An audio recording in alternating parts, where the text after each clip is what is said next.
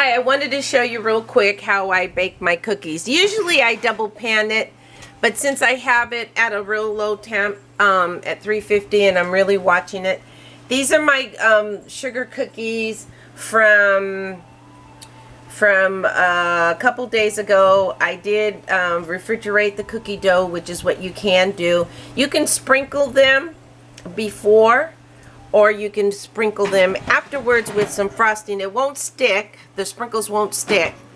But here's a end result. You just take some icing and get some sprinkles, and then you just sprinkle them, and look at how pretty they are. I mean, it's real simple to make these cookies. Really easy. You can send them out or give them away for Christmas gifts, and it's really affordable. So all you have to do is just bake a really nice recipe. I've had a recipe for over 50 years and that I've used and since I was a kid. So, and these are delicious and they're fun. So happy baking.